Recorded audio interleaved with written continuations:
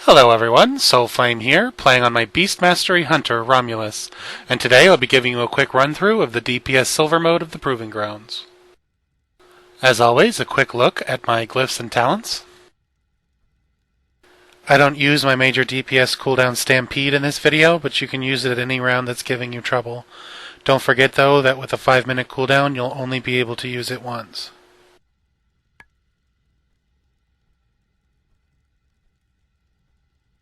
All of the countdowns and warnings you'll see as the video progresses are provided by the Proving Grounds module of the DBM add-on. If you don't already have that, I suggest you get it.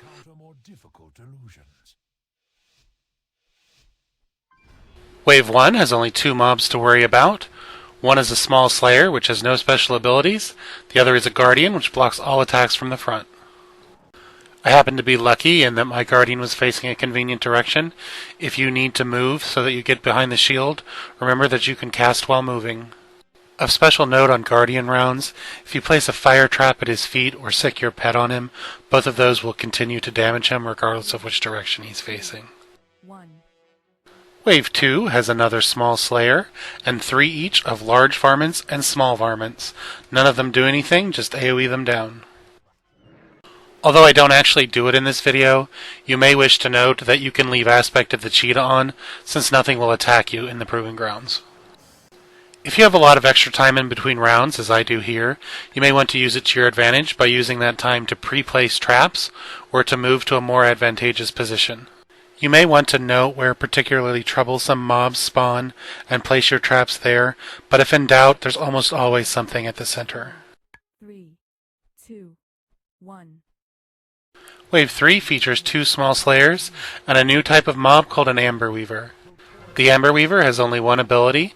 Every few seconds it will summon a large orange ball called an Amber Globule. If that globule strikes anything, it will stun that target and cause it to take increased damage.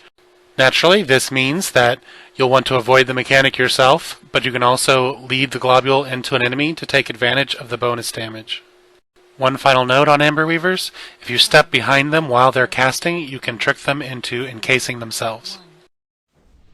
Wave 4 features a large Amber Weaver and a pack of 3 each of large and small varmints. The easiest way to handle this round is to put yourself so that the pack of varmints is between you and the Amber Weaver, and then single target down the Amber Weaver while he casts the Amber Globule. And then as soon as the Amber Globule hits the pack of varmints, open up with your AoE, which should very quickly kill it because of the bonus damage buff. It didn't happen here, but if ever there is a time that you have a couple of mobs that survive your barrage or your other AoE attacks, you don't need to wait for your AoE to come off cooldown again. You can just tab through them and kill them with single target damage. 4, 3, 2, 1. Wave 5 features a pack of 6 varmints and a new type of mob, a Mystic, which is a healer. It's very important that you interrupt all of his heals. The cooldown on Counter Shot is short enough that it should be available for every instance of him attempting to cast the heal. However, if you ever need an extra interrupt in a pinch, the stun from Intimidation or freezing him with the Ice Trap should also work to interrupt that. This round you're going to mostly focus on the Mystic, but a couple of casts of Barrage weaved in while you're handling that should take care of the varmints in the back. 2, 1. Wave 6 features another large Mystic, a large Guardian, and a large Slayer. You've seen all of these types of mobs before, so you should know how to handle them all. As always, our main priority is going to be the Mystic. You want to kill him and interrupt all of his heals as quickly as possible. While you're doing that, try to position yourself so that your AoE attacks will hit all 3 mobs, and take advantage of Barrage as often as you can. Don't worry if you need to reposition yourself to get behind the shield again on the Guardian, and also don't forget that you can take advantage of Disengage if you need to move quickly.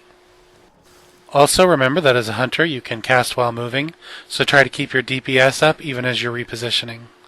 Finally, keep in mind, especially on the Guardian rounds, that if you can't hit one enemy while you're moving, don't be afraid to go ahead and switch targets and attack something else, even if it's a lower priority mob. Just don't forget to switch back to the higher priority mob as soon as you get where you're going. 4, 3, 2, 1. Wave 7 features 6 enemies.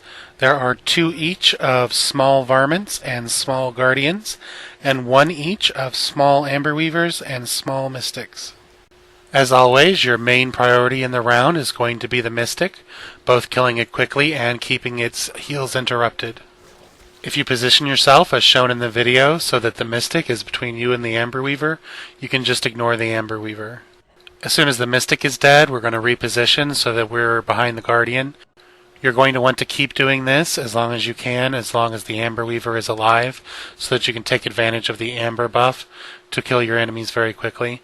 If, as happened to me here, your amber weaver dies early, you should still have plenty of time to use your normal damage to take out any remaining mobs.